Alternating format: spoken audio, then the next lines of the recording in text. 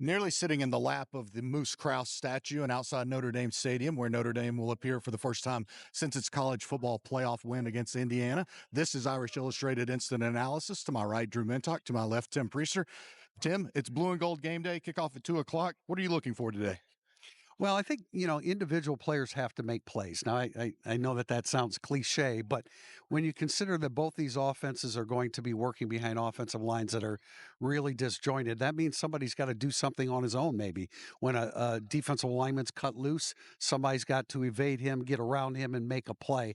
That's like when we talked about last week about, passes behind receivers. You have to take advantage of those opportunities. So it could be a jailbreak again like it was last Saturday in the scrimmage that we witnessed. But when those opportunities arise, the individual has to step up and make a play.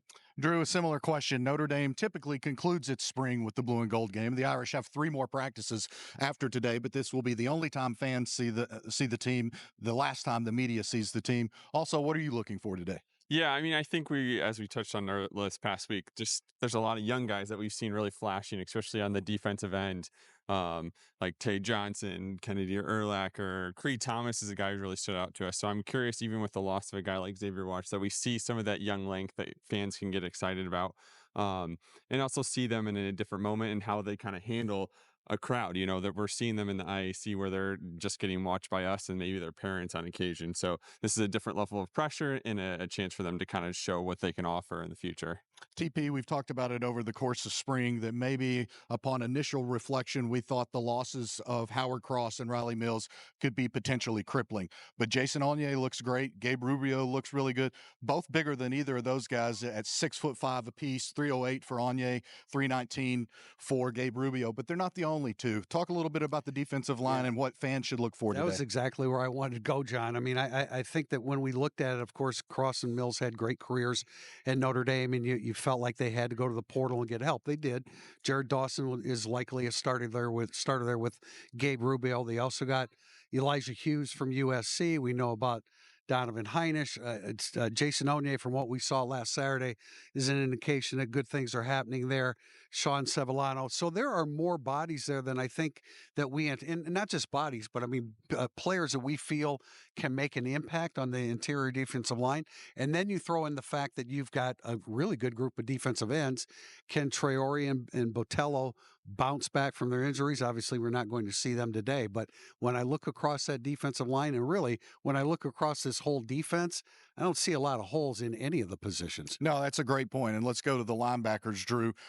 Supreme depth there, maybe the deepest and most talented spot on the entire Notre Dame roster. Certainly an argument for that. What should fans look for at the second level of the defense today? Yeah, I mean, I think we've seen a lot with the linebackers. I mean, they have Drake Bowen, who obviously played a lot last year. You're kind of seeing him step up in more of a leadership role. He's a guy they've kind of singled out, somebody who wear that green dot where you can communicate with the coaching staff until 15 seconds on the clock. So we're seeing a lot from them. And then I think it's honestly, I was doing some research this week. I think it's other than maybe Georgia, they've recruited that position better than anyone in the country the last 4 years. And I think you really get all those guys are pretty active, and you're seeing a bunch of guys who are borderline 5 stars, and they're all different body types. You have Jalen Sneed, who's like 5'11", 235 pounds. He might be the most athletic, but then you have long guys like Madden Framo and KVA, and then Jaden Osbury is just, I mean, he's a guy who's bulked up a little bit, but he's still excellent in pass coverage, but he wants to show that he can kind of take on some of those blocks now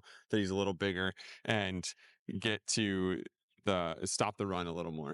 One more for you real quickly, Drew, and great insight there on Notre Dame's depth and talent at the linebacker position. You, I think, have been on top of Leonard Moore and the accolades that he brings back with him. You've shared some stuff with us from PFF, so maybe for some fans who've missed it, and I don't know how much we'll see Leonard Moore today. He's proven, and he played a heck of a lot last year. But elaborate, if you can, on Leonard Moore, what he brings to the table, where PFF has him coming back, and some of those things that you've been all over. Yeah, Pro Football Focus ranked him as the best returning quarterback in the country. And I think that's really interesting because he started 10 games last year, but his first 2 starts were not very good. I think he gave up more than half of his yards in the entire season. in those or in the first few appearances. So he really improved as the season went on, and that's really what earned him that reputation. And I think from talking to him this spring, we can only expect more from them. He's up about 6 or 7 pounds. I think he's really a physical player too, for skinny as he is. Like that's something he really relies on. So that extra strength should really help him jam at the line of scrimmage. And he's also kind of taken more of a leadership responsibility.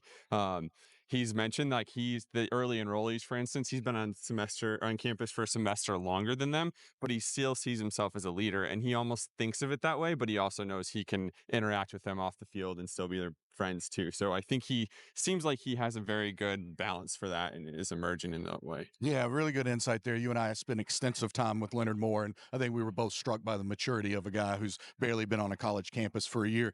Maybe in broadcasting, this is called wiggling the hook. I don't know. We're about 5 minutes in, just now turning to the quarterbacks. And for that, I want to go to the dean, Tim Prister. Tim, what's reasonable, what's realistic for fans to look for today from that quarterback position, especially as you noted, behind a piecemeal is probably very generous offensive line? Yeah, protect the football first and foremost. Kenny Minchie threw an interception last week, threw an interception in last year's blue gold game. Again, we realize that the offensive line is going to have difficulty keeping that defensive front off the quarterbacks. Protect the football. When somebody's open, you got to hit him. Get outside the pocket. That's where Minchie and Carr are especially adept. I should say really Minchie, because he showed that last week. So do the fundamental things right. Don't let the offensive line, whatever struggles it may go through, don't let that turn your performance into something even worse. All right. And for me, one thing that I'm specifically looking for, and I'm probably an oddball in this regard, but really looking forward to James Rendell punting again inside Notre Dame Stadium, as we've chronicled really a different player the entire back half of last season. Marty Biaggi telling me, look, like, yeah, he knew what a football field was, but he didn't know what he was walking into until he walked onto Kyle Field in College Station, Texas. That's significant. You want to see Noah Burnett make a couple of triples today, hit those field goals. He's a former All-ACC kicker from 2023, dealt with some injuries, kind of lost his confidence, told me he had to rebuild his swing and regain that form, almost like a golf player off the tee box. So that for me, I really am intrigued by special teams, particularly the punting and place kicking today. All right, guys, I want to turn it to both of you. I'll start with you, Drew. Any final things that you're looking for today, or that you think fans should look for today here inside Notre Dame Stadium? Yeah, I really want to see kind of what the young receivers do in this atmosphere too. I mean, I think we've talked about a lot about Brice and some of the things we saw from him.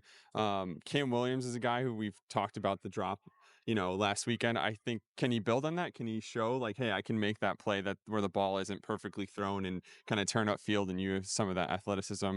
Logan Saldate is a guy who I've been really impressed with, seeing his reps, seeing how he cuts and stuff like that. So I'm kind of curious to see if some of those guys can make plays with fans in the stadium. Because I do think, despite there being a lot of unproven guys in that wide receiver room, there's a lot of talent there if some of those guys can emerge and prove themselves. TP, your final blue gold cheat sheet. I'm going to double down on that. I'm not going to try to make something up. I think that's in addition to the quarterbacks. I mean, obviously, there's got to be some communication there and some connections. The young receivers get open, find a way. You're going against some good DBs back there. It's difficult to do. But when you're open and you have opportunities, make a play. Cam Williams, Drew, you mentioned it. Cam Williams is fighting for a spot in the rotation. If you have a chance to make a play, you got to do it. All right, that's going to wrap it up here. We're less than 2 hours from kickoff inside Notre Dame Stadium for the annual blue and gold game. Fans already tailgating, already preseason form. Walk past the tailgate of parents and former players and just happened to catch a toast to a hell of a year and to kicking Miami's ass. So there you go. Preseason, prime season form for the fans. We'll try to meet them there. For Drew Mentock, Tim Priester, I'm John Brice. This has been Irish Illustrated Instant Analysis.